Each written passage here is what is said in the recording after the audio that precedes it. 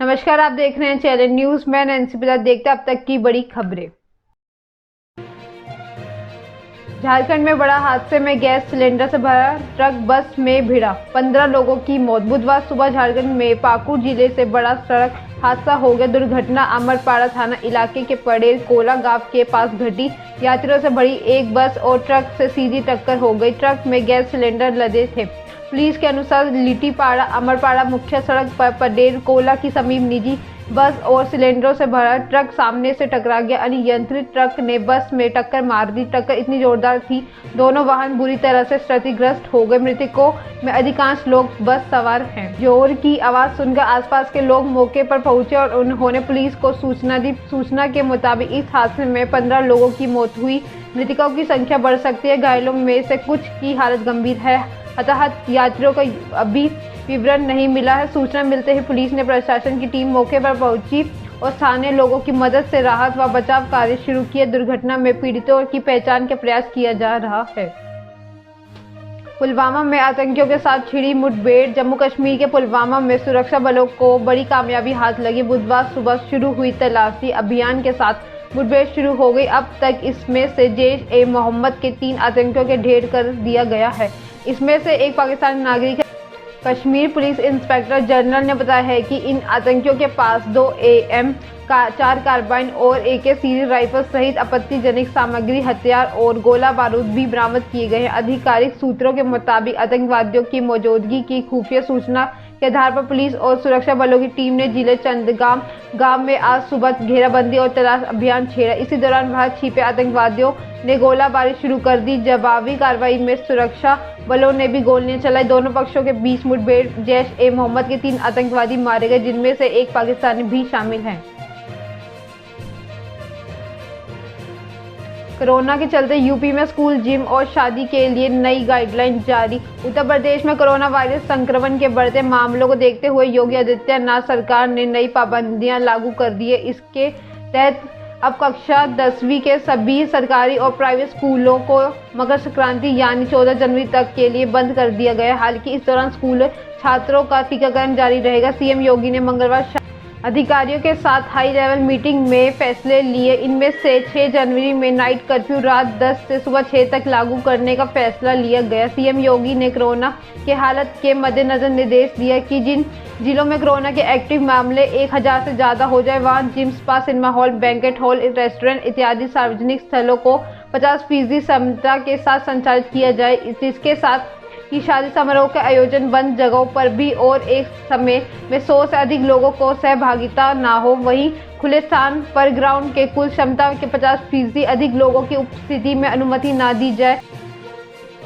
मां सिंधुताई सपकाल का निधन। 1400 अनाथ बच्चों का थी सहारा। सामाजिक कार्यकर्ता और पद्मश्री पुरस्कार विजेता डॉक्टर सिंधुताई सपकाल का 73 साल की उम्र में निधन हो गया। सिंधुताई सपकाल ने अपना पूरा जीवन अनाथ बच्चों की जिंदगी संवारने में लगा दिया। सिंधुताई 1400 से ज्यादा बच्चों की मां और 1000 से अधिक की दादी थी। 73 साल की सिंधुताई को लोग प्यार से अनाथों की मां कहते थे। डॉक्टर सिंधुताई सपकाल के निधन के बाद राष्ट्रपति रामनाथ कोविंद ने दुख जताते हुए कहा कि सिंधुताई का जीवन साहस, संपूर्ण और सेवा की प्रेरक गाथा था।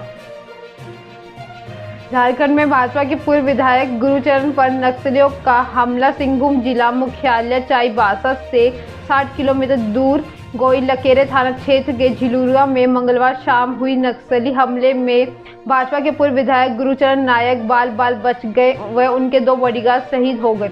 शहीदों में शंकर नायक व ठाकुर हेम ब्रह्म शामिल है। एक बॉडीगार्ड जो घटना से पूर्व विधायक के साथ बच निकले वह गाछिला निवासी राम कुमार टूडू हैं। तीनों झारखंड पुलिस के हैं। हत्या से पूर्व नक्सलियों ने 3 बॉडीगार्ड के बंदूक के बट में उनके हथियार लूटकर चलते बने। वारदात गुरुचरण के घर से महज 2 किलोमीटर पर हुई। झिलरुआ मैदान में पूर्व विधायक गुरुचरण नायक ने सोनुआ थाना क्षेत्र के टूनिया स्थित आवास से महज 2 किलोमीटर दूर है। खबरों के अनुसार पूर्व विधायक सोनुआ थाना लौट रहे हैं। यमन में एक दिन में मारे गए 200 लोग। करीब 7 सालों से गृह युद्ध का सामना कर रहे यमन में 200 लड़ाकों की मौत हो गई। यमन के मरीब शहर के पास युद्ध के दौरान ये मौतें हुई है। सेना और मेडिकल सर्विसेज से जुड़े लोगों ने यह जानकारी दी है। यमन में बीते 7 सालों से चले आ रहे संघर्ष एक बार फिर से तेज हो गया है। सूत्रों ने बताया है कि सऊदी अरब के नेतृत्व वाले गठबंधन के हवाई हमलों में 125 से ज्यादा हूथी विद्रोही लड़ाके मारे गए हैं। सरकार समर्थित बलों में संघर्ष में साबा और अल बायदा सूबे में इन लड़ाकों की मौत हुई। सऊदी अरब और संयुक्त अरब अमीरात के समर्थन वाले सरकारी बलों की भी 70 लड़ाकों की इस संघर्ष में जान चली गई। यमन सरकार के सूत्रों ने इन मौतों की पुष्टि की है। मौतें बीते 24 घंटे में हुई संघर्ष के दौरान हुई है। इसमें समझा जा सकता है कि यमन में गृह युद्ध चलते हालात कितने भयावह हो चुके हैं। सऊदी अरब में नेतृत्व वाली गठबंधन सेनाएं यमन में बीते 7 सालों से हूथी विद्रोही को मुकाबला कर रही है। बुलीबाई ऐप केस मास्टरमाइंड निकली उत्तराखंड की लड़की। बुलीबाई ऐप विवाद के में सिलसिले में मुंबई पुलिस ने बड़ी कार्रवाई करते हुए मंगलवार को 18 वर्ष श्वेता सिंह को उत्तराखंड के गिरफ्तार किया और सुर्खियों में कहा गया है कि युवती इस पूरे केस की मास्टरमाइंड रही।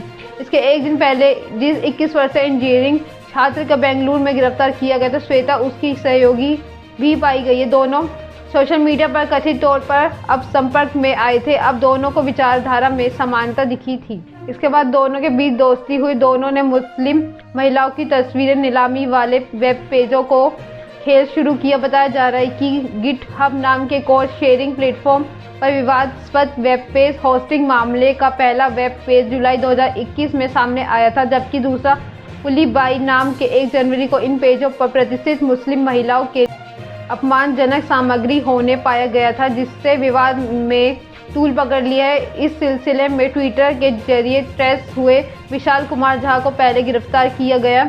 उसके बाद मुंबई के साइबर क्राइम सेल ने उत्तराखंड के उधम सिंह नगर जिले के स्थित रुद्रपुर में श्वेता को गिरफ्तार किया।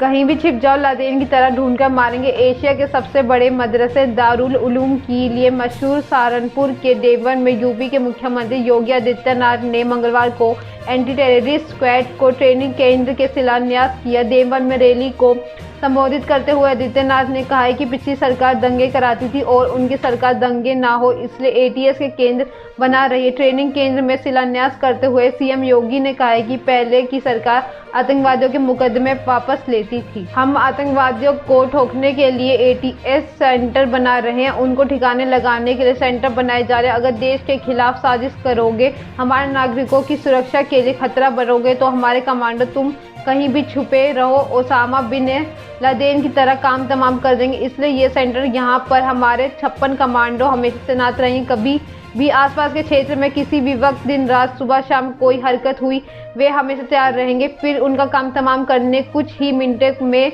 वहां पहुंच जाएंगे।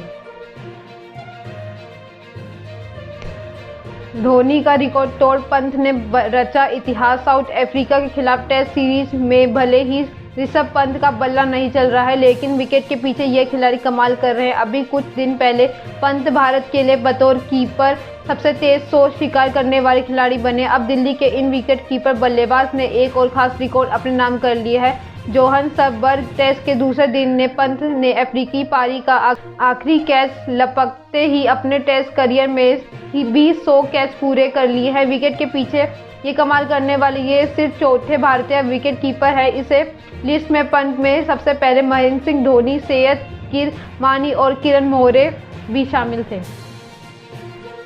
सोनू निगम भी परिवार समेत कोरोना की चपेट में। कोरोना वायरस ने देश भर में एक बार फिर तेजी से लोगों को अपनी चपेट में लेना शुरू कर दिया। रोजाना हजारों लोग कोरोना वायरस से संक्रमित हो रहे हैं और स्थिति दिन ब दिन खराब होती जा रही। फिल्मी दुनिया से जुड़े सितारे भी कोरोना वायरस से बच नहीं पा रहे हैं। बीते कुछ ही दिनों में बॉलीवुड के कई सेलेब्स कोरोना वायरस से संक्रमित हो चुके हैं और अब इस लिस्ट में मशहूर सिंगर सोनू निगम का नाम भी जुड़ गया।